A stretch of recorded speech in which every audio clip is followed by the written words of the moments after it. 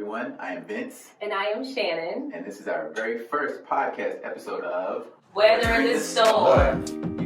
Lifestyle and laughter. You're listening to R&B Instrumentals. Weathering the Storm podcast with Vince and Shannon.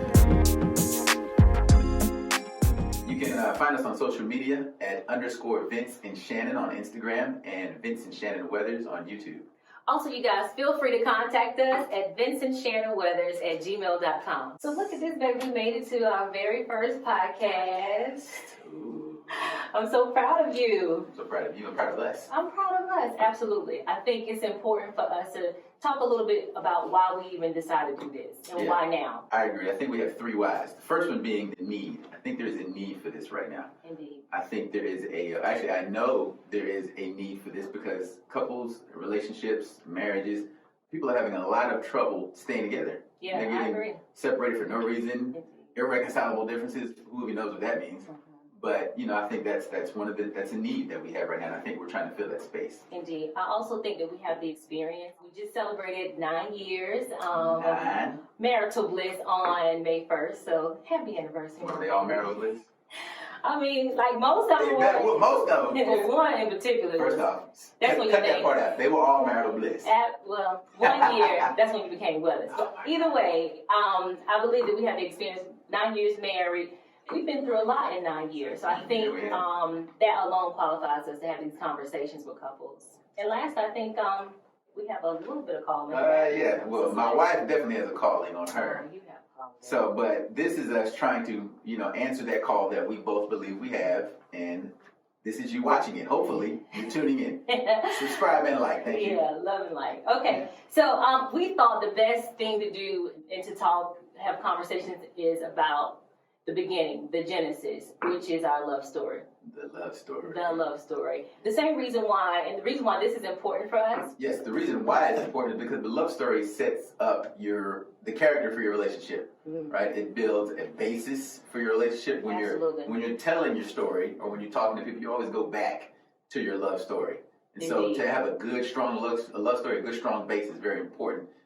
A positive relationship. Indeed. And I will also say that whenever couples are having problems, the first thing they'll say is, remember when you used to do this? Remember when you used to do that? They always refer back to the love story, the beginning stages. And I think it's important for us to, bring that back, come back to... Back to life, sorry. So I think it's important that we share our love story so people can understand how we were able to get the 9 years just based on these building blocks. We were able to build together. What you say? I say What yay. say you? I say yay. All right. All right, so our love story began one late Sunday morning, and I say late with the emphasis because I was late Late to church that day. Right. I was in the overflow, and as you late attenders may know, I'm not the only one out there. I'm sure. Mm-hmm. Overflow is the forgotten children of the church. Okay? Right. We were in the back, In the shoulder back. to shoulder. Right. You might have a fan. You might have an overhead fan. You might have one on the floor. Just whatever. Right. The ushers don't even go back there, right? Yes. Just the redheaded stepchild. Either way. So there was a TV, much like this one, Weathering the Storm, follow us, on the display, and you would be able to see who walked up to the pulpit. That's old school, the pulpit. Who would walk up to the pulpit. And so I saw this beautiful vision pass by me, and the walk by was incredible. It was like, oh my goodness, the walk by. Yes, Lord. Can we get one time for the walk by? I'm just stopping. Sorry, I apologize. Sorry. Okay, so she went up to the pulpit, and when she got up there, I saw her face then. So you know what the walk by was. The first time I didn't see the face, but so second time I saw the face, and I was like, man, she is gorgeous. And my homeboy was like, oh man, that girl is fine. I need to holler at her. And I said, hold on, little dude. Akbar slashes in and a tumble. You stick your hand out. Watch out, little dude. Now let's slow down. So wait, hold up. So I don't want to even understand how you and your friend are just having a whole conversation about me. Like, who does that? That's what we do. I had to stake my claim. Oh my God.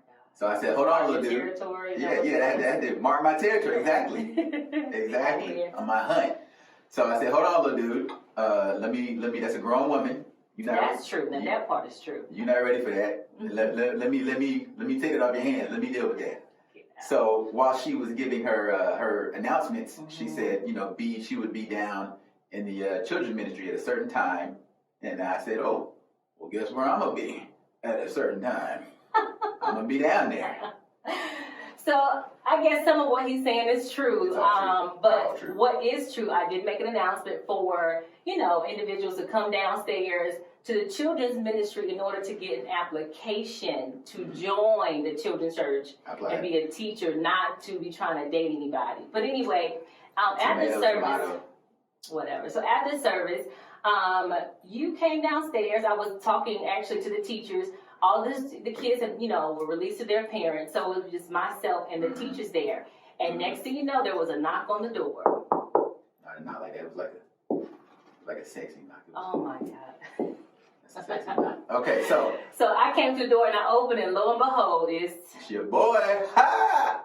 too much. That's not too much. You didn't even do any of that. Don't worry about it. So I knocked on the door, and she opened it, and she said, yeah, can I help you? Do you want an application? And I was like, and before I even said anything. Right, I went and got the application because surely that's what you were there for. Surely not. She had no idea. Guess not. She had no idea. So she went and got the application. She comes back, and she hands it to me. I looked through it for about 2.5 seconds to craft my game that I was going to try to, craft your response. Yeah, I had to craft it right. So I said, okay, this is a beautiful application. This is a wonderful program. And if I had a kid, I would put him in this program. Oh my goodness. So you just put your whole resume out? Oh yeah, in like 3.5 seconds. Yeah, I exalted her program, and then it was heavy flirt. So she knew, oh, this brother's interested. And then she knew I don't have a kid. So the next thing is to set up the date and the marriage. What time?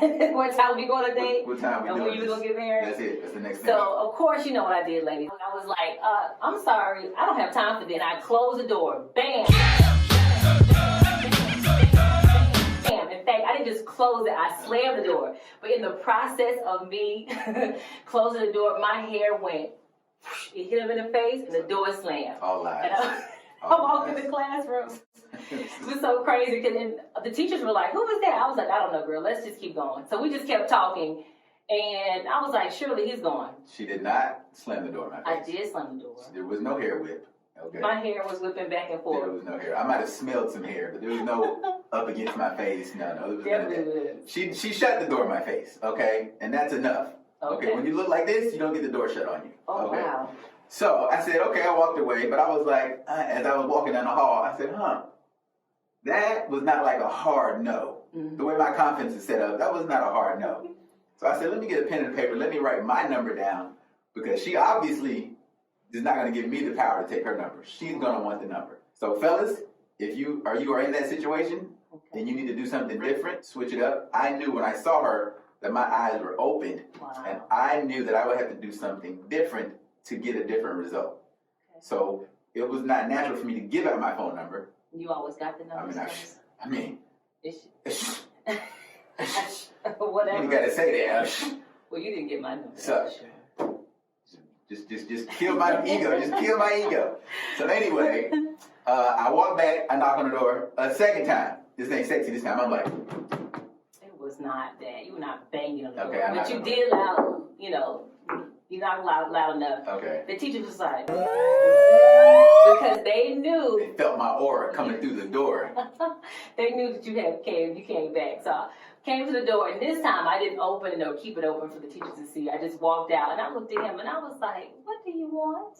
And I said, well, I would like to, First I said, I don't understand why this is a bad time. Which is ridiculous, because I was just like, who does this guy think he is? And I had to... I had to be honest, ladies. I was intrigued at that moment, because even though I told him no, was very clear in my delivery, no means no. I slammed the door in your face. I thought that ended it right then. But I was intrigued at the fact that, one, he was confident. I had to be honest about myself. I'm I have a strong personality. I'm very confident. So I need a borderline arrogant dude. I really do. But he didn't even know all that in that moment. So I was just like, listen, I don't know why you think it's not a good time, but I'm letting you know here and now. This is not a good time. I've been through this in my life, and for whatever reason, it caught me off guard, even though I was intrigued, even though I like the fact that She started rambling. I did. Kind of like I'm doing right now. But I was just like, no. Everything I was saying to you was just to like get you to walk away and leave me alone. But of course he did not, because you just came back with like another line real quick, per usual. Mm-hmm. Yep.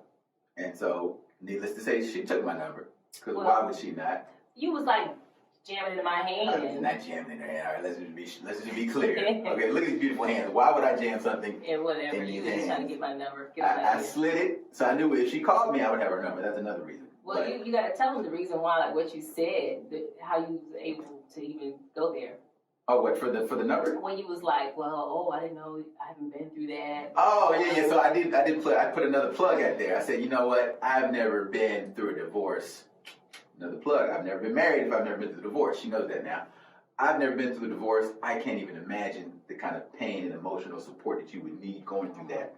But if you need someone to talk to, pretty lady, I'm here for you. Oh, you was a macaroni? That was, oh my goodness. And so you would think, I was like, okay. She was. I was not. I was like, thank you. I grabbed his number just to appease you, really, to get you out my face. I grabbed the number and slammed the door, and that was it. She just slammed the door in my face.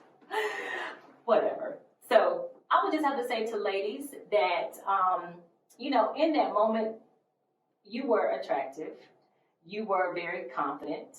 But what you weren't was someone that I couldn't date. So I would just encourage the women who are considering dating, like my husband mentioned, I was a divorcee, and I was a scaredy cat, to be honest with you. However, I was about to cause my own demise by not even giving you an opportunity to date me. So I would encourage ladies, if you're thinking about dating, make sure you know yourself, know that you're ready, and if you're ready to date, date. Don't stand in your own way. I agree. And to the other side of that, to fellas, if you see what you want and you see it and you know that it's for you, then go. Absolutely. Right? Go get it. Go do what you need to do. If you know you need to do something different to make it happen, then do something different. Absolutely. Be persistent without being overbearing. Right? Because when you get overbearing, then that really pulls her away. She might have shut the door in my face even harder if I would have been overbearing. Absolutely. What? What do you mean, So be persistent, but don't be overbearing. If you don't have the control, then give her the control. Fellas, it's all right to give your phone number to a woman and have her have the control to call you back. Absolutely. So you guys, thank you so much for watching our very first episode of Weather the Storm, The Love Story. Yes, thank you so much. And we do have some homework for you guys. Yes. If you wouldn't mind sharing your love story with us on vinceandshannonweathers@gmail.com. Absolutely, guys. Please send us your love story in hopes to be featured in one of our episodes. Speaking of episode, next time, Yes. the episode title is The Denial. So You're going to find out yeah.